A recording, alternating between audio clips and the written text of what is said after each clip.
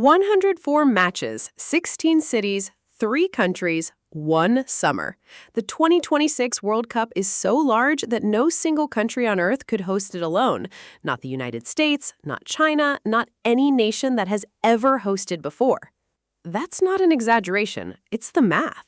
When FIFA expanded the tournament from 32 to 48 teams, the number of matches jumped from 64 to 104. That's 40 extra games, requiring more stadiums, more infrastructure, more capacity than any one country could realistically provide in the time frame available.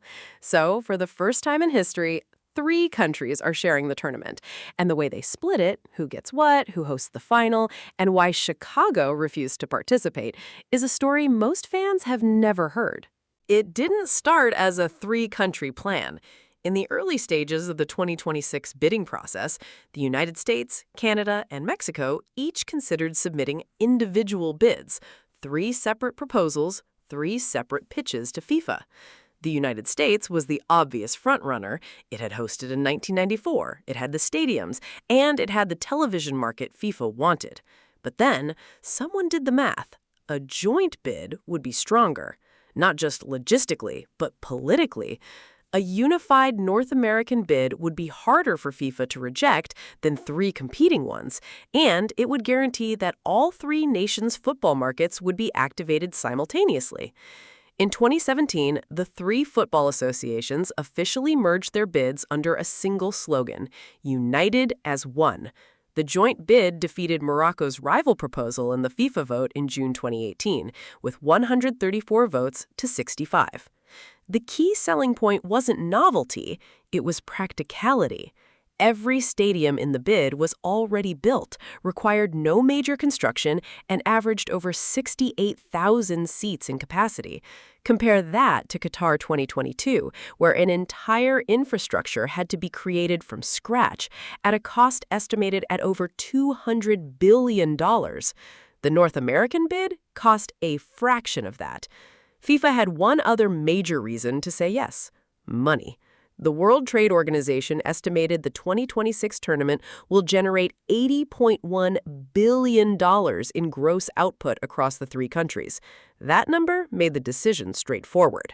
Here's where it gets interesting, because 3 countries hosting doesn't mean an equal split. The United States is hosting 78 of the 104 matches, 3 times more than Canada and Mexico combined, which each host 13.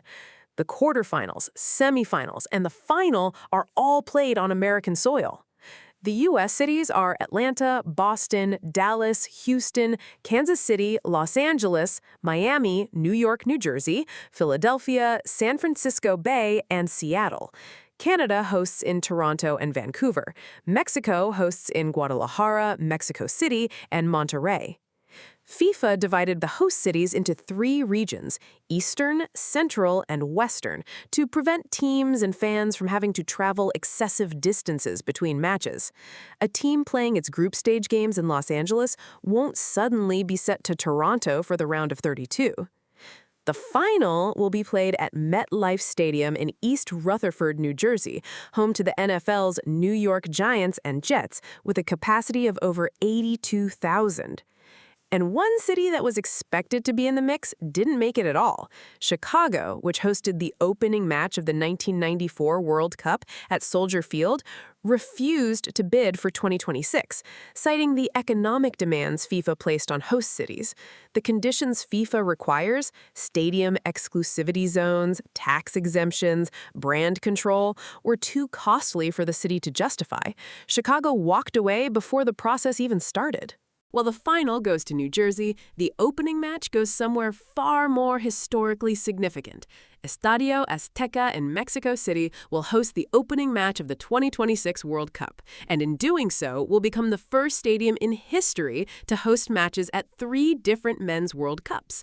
The Azteca hosted the 1970 final, the Brazil versus Italy match, widely considered the greatest World Cup final ever played.